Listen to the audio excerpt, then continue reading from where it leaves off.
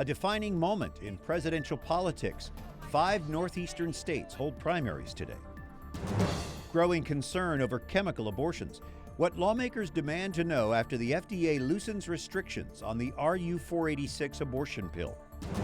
And ending a long tenure. The Vatican announces the retirement of a key church leader in Cuba. Those stories and more on EWTN News Nightly for Tuesday, April 26th, 2016.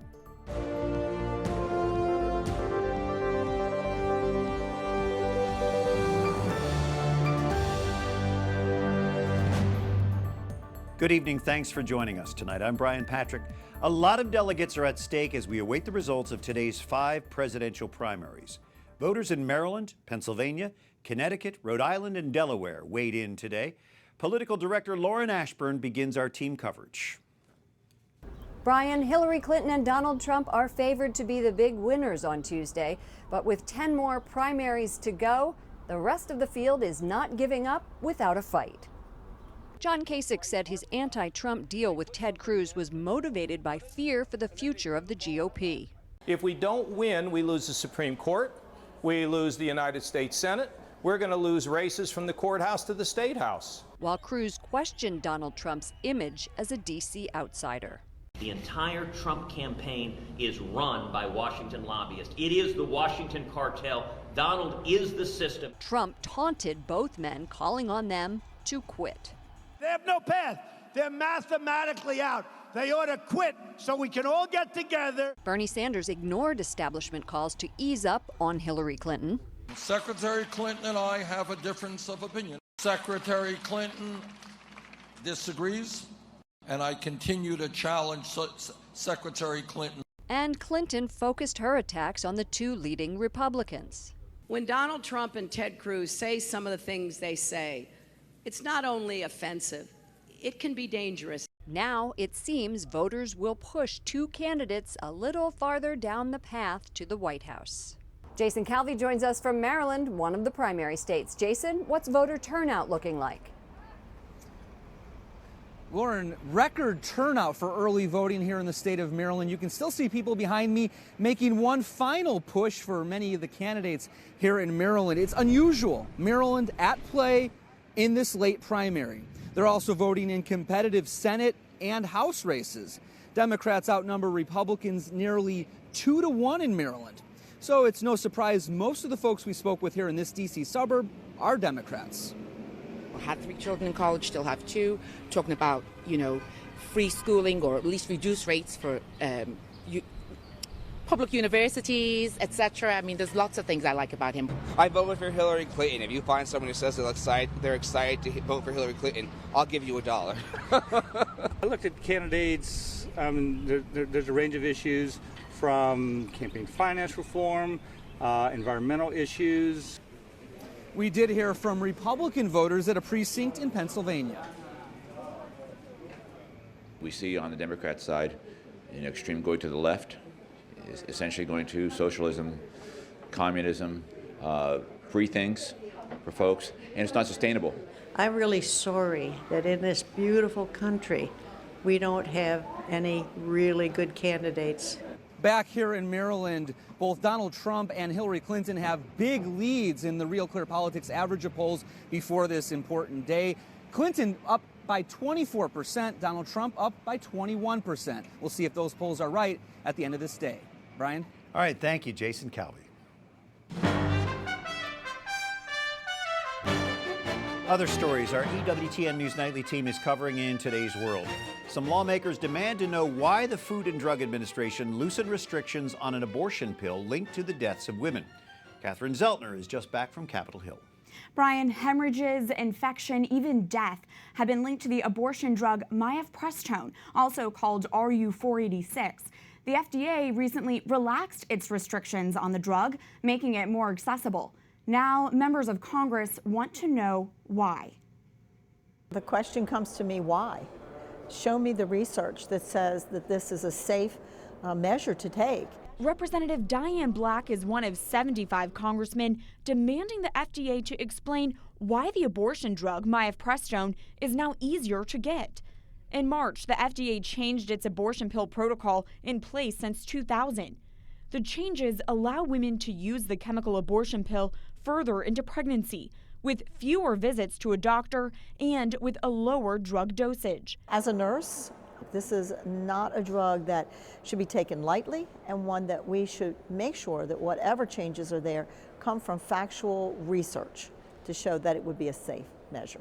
The FDA's most recent research into the abortion pill was 5 years ago. The federal agency discovered 14 U.S. women died, over 600 were hospitalized, and more than 2,200 women experienced complications from mifepristone. All they've done is they've exposed more women to these dangers. Dr. Randy O'Bannon directs research for National Right to Life. He says the FDA's updates don't address any of the pill's risks. Every one of them makes it more convenient for the abortion clinic, makes it easier for them to attract customers, makes it more profitable for them. None of these, though, address the underlying safety issue that we know is present with this drug. The group of congressmen want a response from the FDA by May 20th. Representative Diane Black says if they don't get one, they will continue to go after the agency for answers. Brian. Thank you, Catherine Szeltner. Senators have again reached a tentative deal to address the water crisis in Flint, Michigan. It reportedly authorizes $170 million in grants and loans to replace the city's lead-contaminated pipes. It also includes $50 million for lead prevention programs nationwide. A nearly identical measure attached to a broader energy bill was recently derailed. This time, it's part of a larger water resources bill moving forward in the Senate. In response to North Korea's weekend ballistic missile test, President Obama reaffirms support for our Asian allies. We're going to continue to emphasize our work with the Republic of Korea and Japan and our missile defense mechanisms to assure that we're keeping the American people safe and we're keeping our allies safe. South Korea's president says North Korea has almost completed preparations for a fifth nuclear test. It reportedly has a new mid-range missile on standby for an impending launch. Pope Francis warns Latin American clergy against lording it over the faithful. In a recent letter, he calls clericalism a great distortion. Producer Mary Shovlain joining us from Rome. Mary, what is clericalism and what did the Holy Father say about it to Latin American church leaders? Clericalism is basically the temptation by priests, bishops, cardinals, and maybe even the Pope to think that their position and their office makes them superior to the lay faithful. And hopefully we don't know any clerics like that. But he said this is a problem for the church in Latin America. And so he warned them against it. And he said, remember, you are there to serve the laity, not to make use of them. He called it a great distortion. Explain that. Well, basically, he was hearkening back to the documents of Vatican II, which clearly outlines the great role that the laity play in the church throughout the world. And he said, you know, if you see yourselves as superior to the laity, you're not there to serving them. So you're distorting this vision of the church, which came out so clearly and beautifully in the Second Vatican Council. Does he give any guidance to priests and other clerics in supporting the lay faithful in the work they do in the public sphere? Pope Francis has great respect for the laity and the jobs that we do throughout the world. So he basically was telling them, stay out of their way and don't think that as clerics or the church maybe that we have all the answers to all of the challenges facing us today. Look at the competencies of the laity, appreciate them, and help them to carry out their work in the vineyard, so to speak. Very interesting letter, and we thank you for analyzing it for us. Mary Shovlain, our Rome producer. Thanks, Mary. Thank you, Brian. And the Vatican today accepts the resignation of Cardinal Jaime Ortega as Archbishop of Havana, Cuba. He recently orchestrated secret negotiations leading to the warming of U.S.-Cuba relations. The 79-year-old Ortega was named Archbishop of Havana in 1981. He oversaw 3 papal trips to communist Cuba. He's replaced by 67-year-old Archbishop Garcia Rodriguez. He attended seminary in Havana, part of the first group of Cuban priests trained entirely inside the country. Dr. Matthew Bunson is with us from Catholic Distance University. What is the significance of this change in Cuba right now? Well, from 1981 to today, Cardinal Ortega presided over a church in Cuba that endured Fidel Castro exporting guns, revolution, and death in 1981 to a time now of economic reforms in which the church really is perfectly positioned to help usher in a new era for all of Cuba. He certainly had his critics, and we're going to talk about that, but this is really the end of an era, but more than that, the start of a new one. So his critics say he got a little too cozy with the Castros. Is there evidence of that? Oh, this is a very emotional topic, understandably. There have been so many victims of the Castro regime over the decades. So criticism really comes with the job of being Archbishop of Havana.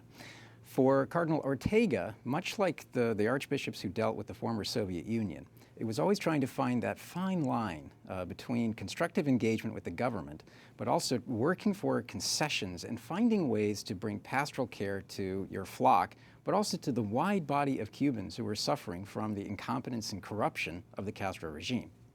What do you know about Archbishop Rodriguez, who will take over? Yeah, 67, so he's obviously much younger, but I think there was some expectation or hope there would be someone even younger.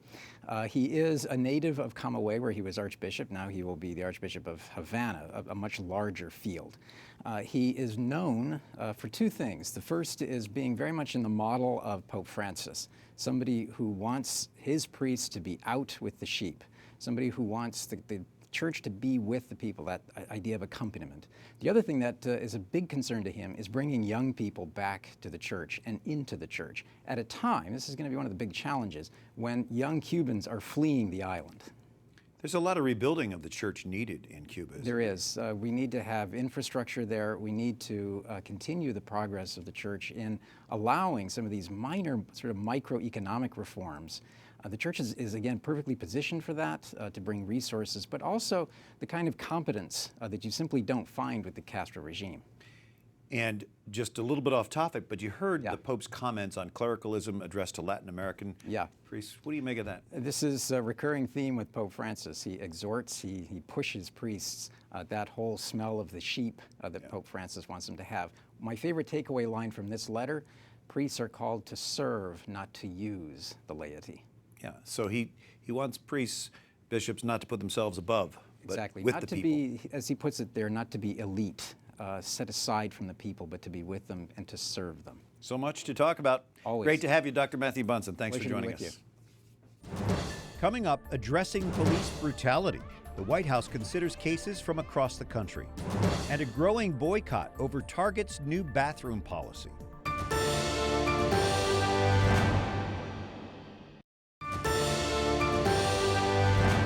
Thank you for joining us for EWTN News Nightly on this Tuesday evening. I'm Brian Patrick. Cleveland reaches a financial settlement with the family of a 12-year-old killed by police, but the relationship between law enforcement and black youth is far from settled. Lauren Ashburn reports. Tamir Rice was playing with a pellet gun outside a recreation center in November of 2014 when a police officer pulled up in his cruiser and opened fire. Rice died the next day. The city of Cleveland Monday agreed to pay $6 million to the Rice family. And while we have settled the legal side of this and the court proceeding side of this for $6 million, there is no price that you can put on the life of the loss of a 12-year-old child. There was no admission of wrongdoing in the settlement. Rice's death was one of a series of high-profile deadly incidents involving police and black youth. Michael Brown was shot to death in Ferguson, Missouri in 2014. Eric Garner died from a chokehold in New York City. Also in 2014, Walter Scott was shot and killed in South Carolina in 2015, and Freddie Gray died while in police custody in Baltimore in 2015. The Garner, Scott, and Gray cases were settled for a total of $18.8 million. The relationship between police and black youths remains fractured in many parts of America. According to the Washington Post, 990 people were shot and killed by police across the country in 2015. Of those, 258, or nearly a third, were African American, although those statistics do not indicate any wrongdoing by officers. Louis Bird is from Chicago, a city that's been hit hard by gun violence and police-involved shootings. I think that there should be more of an effort to de-escalate a situation, if possible, rather than escalate it. And we've seen any great number of instances where the problem was escalated, and it was escalated by the police officer. More than 50 law enforcement agencies gathered here in Washington recently to discuss President Obama's one-year-old plan called the Police Data Initiative, or PDI. The goal? Transparency between police and citizens. PDI, largely run on the local level, is designed to increase data collection and decrease inappropriate uses of force. Valerie Jarrett is the president's top advisor. His first priority every single day is to keep America safe.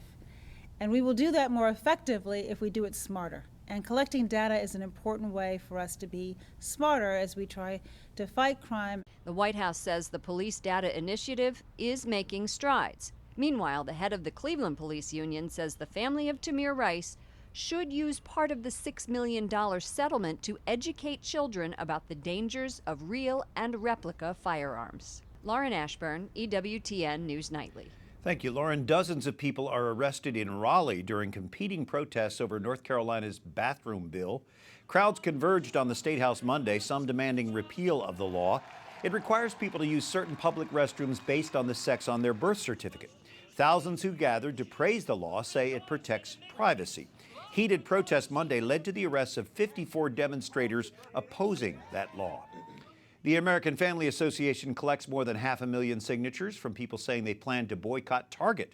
They're unhappy with that retailer's new bathroom policy. The association says allowing transgender people to use bathrooms that don't coincide with their birth gender opens the door for sexual predators. Target stands by its policy. A Colorado baker must decide if he'll continue to fight for his business and religious freedom. It's a case that could now be appealed to the U.S. Supreme Court. Nearly 4 years ago, Jack Phillips, citing his religious beliefs, refused to create a wedding cake for a same-sex couple. The couple sued and won a judgment against him. The Colorado Supreme Court this week denied a request to hear Phillips' appeal. His attorney says if his client can be stripped of his rights, anyone can. Just that creative professionals have a right to exercise their beliefs and how they operate their businesses. They have a right to decline to take on projects that express messages or celebrate events that violate their beliefs. That's a right that all creative professionals, whether religious or non-religious, enjoy. Alliance Defending Freedom says the judgment has cost Phillips a huge chunk of his business. A similar case is playing out in Oregon. First Liberty Institute says Aaron and Melissa Klein lost their bakery for running their business according to their religious beliefs. They were fined $135,000 for not making a cake for a same-sex ceremony. Their attorneys say Oregon is violating their constitutional rights to religious freedom, free speech, and due process. A leading pro-life activist says abortion kills more African Americans than AIDS, violent crime, accidents, cancer, and heart disease combined. Reverend Derek McCoy is National Clergy Relations Director for CURE, Center for Urban Renewal and Development. Where do these statistics come from? Well, these statistics come right from the Census Bureau, and it also comes from the CDC as well as the Guttmacher Institute. So would the Prenatal Non-Discrimination Act, which is in committee on Capitol Hill, effectively address this tragedy? Well, we have a tragedy going on. I mean, if you look at, especially from race and gender, this is actually happening. There's a targeting in the race community as far as blacks and abortions are being concerned. And from a gender perspective, we could see that internationally and in other places. And I think this is one of those attempts at a bill that really will make an inroads to trying to help solve a real dilemma and a real problem we have.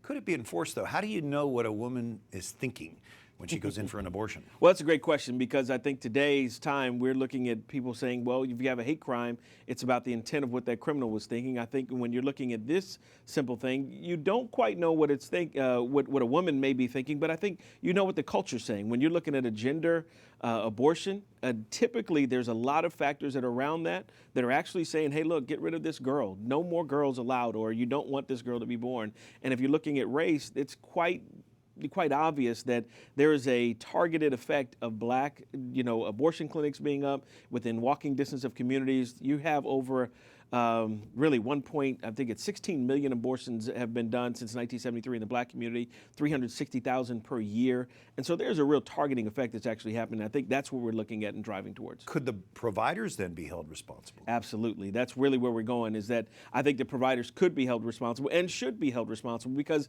if you're looking at something like this, you can't have a place and this is one of those interesting things from a Planned Parenthood perspective. There's a lot of questions about it, but there's one thing that's still really unsettled in our environment, is that there is a genocide attack really on the black babies and infants who are black. And so if you look at when they go back to Margaret Sanger, you go back to, and you've heard it before probably, in saying, well, there was this whole aspect of targeted race abortions and where Margaret Sanger was with the concept of eugenics. That's absolutely true. And that's never been quite settled in America. And I think Planned Parenthood still gets a lot of money from the government, over $700 million a year. And then you're also looking at it, they still have that legacy. Reverend Derek McCoy with Cure, we appreciate your insight. Thanks for joining us. Thank you for being here. Up next, marking 30 years since a nuclear disaster, why the fallout from Chernobyl is still a problem today. And Pope Francis responds to a letter from Italian prisoners.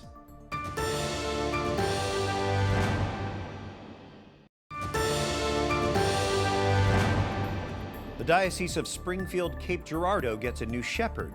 Pope Francis announcing today, St. Louis Auxiliary Bishop Edward Rice will lead that southern Missouri diocese, replacing Bishop James Johnston. He was named Bishop of Kansas City St. Joseph last November. Thanks for joining us this evening. I'm Brian Patrick. Ukrainians mark a somber anniversary today. It's been exactly 30 years since the explosion at the Chernobyl nuclear power station. As Wyatt Goolsby reports, some survivors of the worst nuclear accident in history still have vivid memories of the disaster. Ukraine's President Petro Poroshenko offering a prayer this morning in Kiev, one of many events honoring those who died on this day 30 years ago. Families impacted by Chernobyl laid flowers during a service held in a town specifically built for victims. Vasil Markin was sent in after the explosion to clean up the contamination.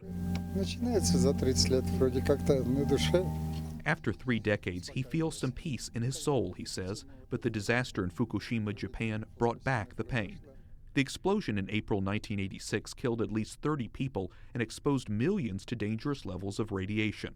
Chernobyl is now a ghost town, but a few hundred people did come back to live in the radiation area. Valentina, a farmer, was there. She says she worked in the fields even though she was told not to. Even today, rural families consume milk and produce from contaminated land. 1 generation later, residents are dealing with the aftermath. This woman's 8-year-old son suffers from an enlarged thyroid, a condition linked to radioactivity. She says she's aware of the danger, but like so many, they don't have any other way to survive. Nel 30° anniversario della tragedia di Chernobyl. Last week in Rome, Pope Francis greeted pilgrims impacted by Chernobyl. He prayed for the victims and says he is grateful to everyone who works to alleviate their suffering. The Chernobyl disaster highlighted lax safety standards and government secrecy in the Soviet Union. The exact death toll from Chernobyl is still anybody's guess. Estimates range from 9,000 all the way to 90,000 victims. Brian? Thank you, Wyatt. Prince's only surviving full sibling says the superstar musician had no known will. His sister, Tyka Nelson, has filed paperwork asking a Minnesota court to appoint a special administrator to oversee his estate.